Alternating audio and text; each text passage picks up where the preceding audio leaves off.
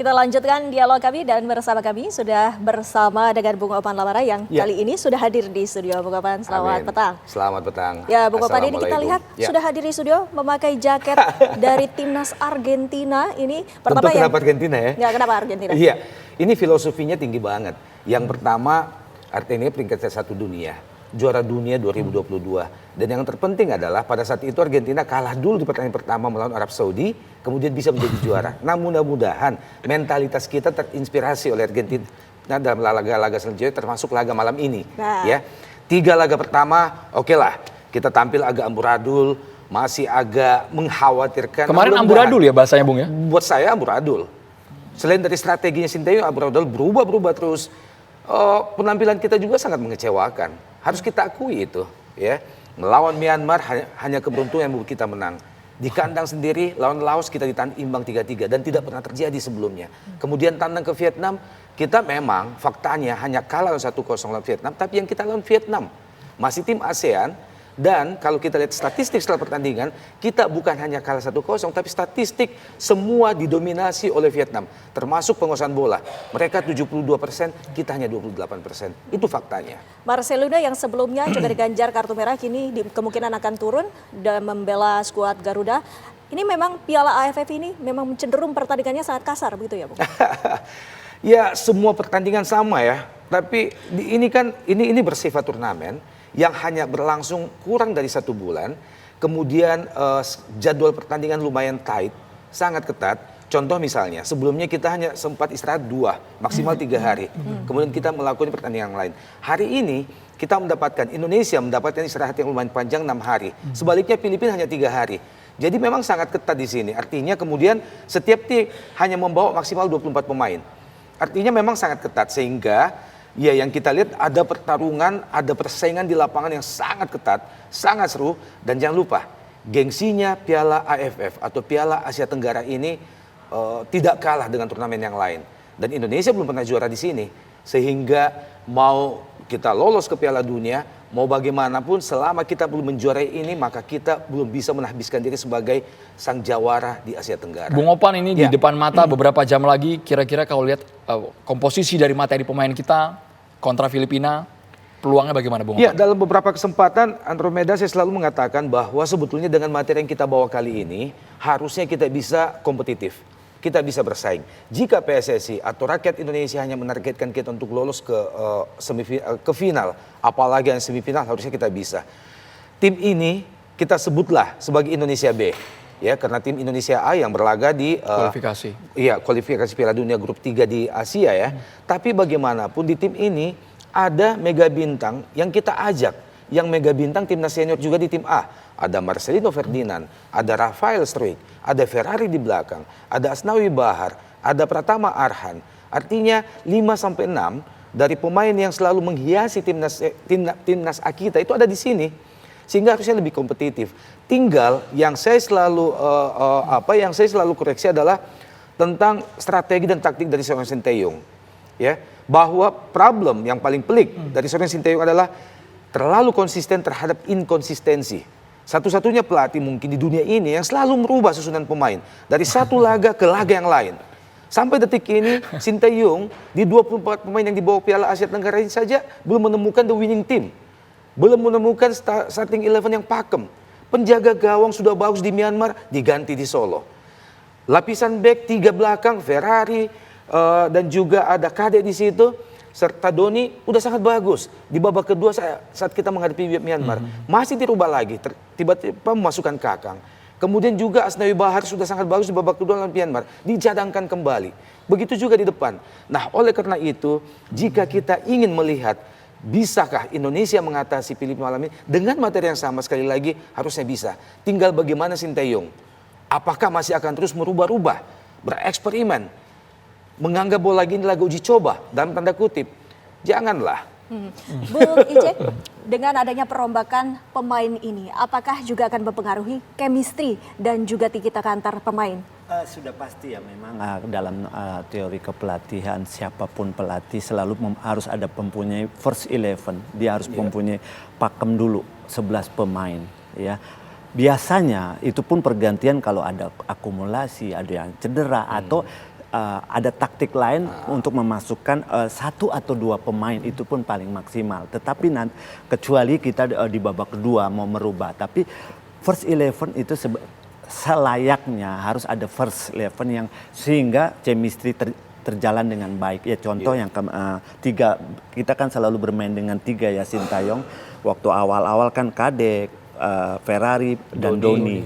Itu sebenarnya sudah chemistry mereka sudah ketemu, tapi pada saat melawan Laos kan diganti, berubah ada masuk Kakang kan, penjaga gawang juga diganti. Penjaga gawang berubah. Itu mempengaruhi chemistry, komunikasi itu tidak mudah memang. Nah, memang itu timbul pertanyaan, tetapi kan kita tidak tahu di luar ini apa sebenarnya yang diinginkan oleh Sintayong. Itu kan tim behind tim mereka yang tahu. Kita melihat dari luar lapangan hijau, tapi apakah memang formulasinya belum pas atau menyesuaikan dengan lawan?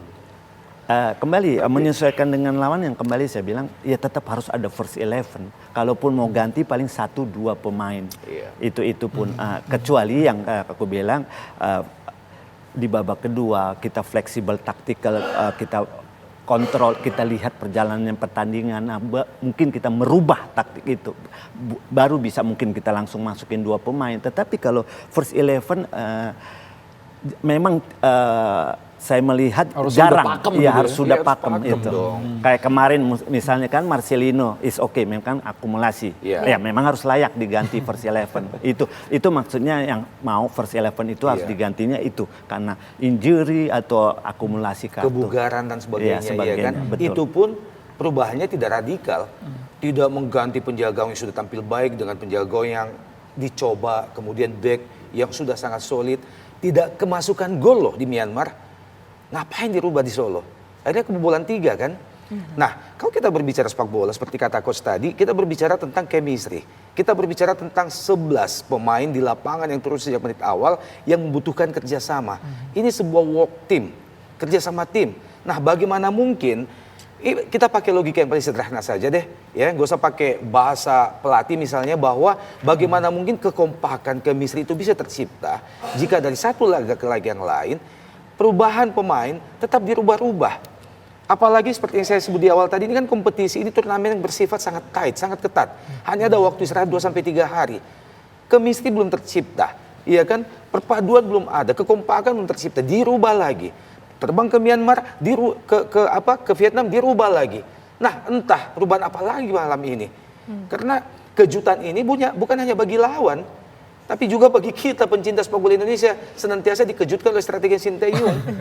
Ya, Bung Apan, tapi bukankah pemain-pemain yang sudah diseleksi oleh pelatih itu adalah yang terbaik, Bung Apan? Sepakat, tapi seperti kata coach tadi, dan kalau kita ini sudah mengamati sepak bola, kita juga bermain bola walaupun tidak seperti coach ya, legend. Tapi kita sudah mengamati, membaca, memperhatikan bagaimana pelatih-pelatih di level dunia sekalipun. Sekali lagi, target mereka adalah memenangkan setiap pertandingan yang mereka lakoni. Apalagi jika itu pertandingan resmi. Nah, salah satu modal untuk bisa memenangkan pertandingan itu adalah squad. Kedalaman tim, squad yang tidak hanya dari sisi seperti yang ada sebut tadi, materi pemainnya bagus-bagus, tapi kekompakan, chemistry, waktu bermain mereka bersama, itu banyak. Nah, ini yang kita tidak miliki dengan selalu berubah-ubahnya materi tim. Apalagi yang kita buat 24, memang ada 8 debutan di antara 24 tim ini, di antara 24 pemain ini. Bolehlah debutan itu kita berikan kesempatan untuk bermain. Tapi seperti kata coach tadi, target pertama adalah kemenangan. Turunkan tim terbaik sejak menit awal, begitu kita sudah meraih kemenangan, selisih gol sudah mulai agak jauh, beri kesempatan kepada yang bermain untuk yang debutan. 5-10 menit cukup. Nah, sekarang kita ngomong debutan. Malam ini mudah-mudahan coach bisa memberi kesempatan kepada salah satu pemain yang tampil mentereng selama AFF ini, yakni Victor Detan di sisi kanan. Beri kesempatan Detan sejak menit awal. Karena keberadaannya di Vietnam saja, begitu Detan masuk, maka keberadaannya langsung membuat barisan pertahanan Vietnam porak-poranda tuh. Harusnya jadi catatan STI malam hari ini. Betul. Baik, jadi Detan. secara Rivaldo Pakpahan juga ya, tapi Rivaldo katanya agak kemarin sempat cedera kalau tidak salah. Kurang bugar. Jadi Bung Ije malam hari ini kira-kira berapa skor yang akan kita dapatkan? Kembali kalau game model yang dibuat malam ini yaitu bertahan tapi agresif. Bertahannya di attacking third, di depan langsung di atas, karena kita harus main di home pertama, penonton luar biasa, buat pemain-pemain Filipina panik. Nah, kalau itu bisa dijalanin dengan baik, organisasi timnya, lini per lininya pendek merapat, pada saat pressing komunikasi berjalan dengan baik, ya insya Allah saya yakin saya optimis tim ini akan memenangkan pertandingan. Kalau skor ya mudah-mudahan bisa 2-0. Iya. Membuat pertahanan yang cukup kuat hingga Iya. membuat Filipina sulit untuk membuat gol. Berapa kira-kira untuk pertandingan nanti? Ya, kembalikan formasi pada 3-4-3, tempatkan penjaga gawang tetap pada Cahya Supriyadi, kemudian ada Doni sisi kiri, kemudian Ferrari dan juga Kade di tengah. Kemudian tempatkan 4 pemain di tengah. Ya, langsung paksang tuh yang terbaik. Di sisi kanan ada Husni Bahar, kemudian sisi kiri Pratama Arhan. Jangan lagi dibolak-balik. Arhan tiba-tiba muncul di kanan. Padahal sejatinya selama ini Arhan di kiri. Kemudian di depan tempatkan 3 pemain sekaligus. Marcelino sudah kembali, tempatkan di wing kiri. Kemudian Stroik menjadi target man. Kemudian di sisi kanan itu dia Victor Detan. Kalau kita ingin langsung merepotkan Filipina sejak menit awal di babak pertama nanti malam. Jadi berapa skor Bang? Ya, Bantai kalau menang misalnya banyak. dengan materi pemain yang saya sebutkan ini tadi, saya yakin kita menang. Walaupun mungkin tidak mudah, karena Filipina juga menunjukkan bagaimana kelas mereka. Di grup ini, grup B ini, Filipina tidak pernah terkalahkan, walaupun tidak pernah menang. Tapi mereka bisa menahan imbang Vietnam loh. Artinya mereka tidak mudah untuk ditembus. Ya 1-0 lah, paling tidak. Yang penting kita menang. Ya. Filipina datang untuk menang, tapi Indonesia juga tidak mau itu kalah kan catatan kita juga. jika tidak ada eksperimen dari Sinteyong lagi malam nanti.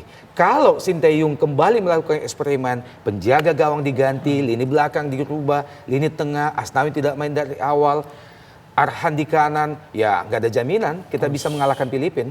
Terima Tapi kasih. tidak ada Iya. jaminan juga Indonesia akan kalah. Kita harus tetap optimis. Oh iya Bapak. dong. Terima kasih. Bung Ijay juga waktunya. Kita bersama buat kami. Filipina kena mental Bapak ya. Iya, Malam hari ini. amin, amin. kita, 10 tahun kita kalah loh, 4-0 lawan Filipina. Jangan sampai. Ini Jangan memori buruk yang tidak boleh terjadi lagi. Terima kasih Bung Opa Oke. Lamara dan juga Bung Ijay sudah bergabung di Kabar Petang. Thank you Bung. Salaman Iya, dong. oh, salaman. Ini salaman sudah bantai 3-0 Filipina katanya.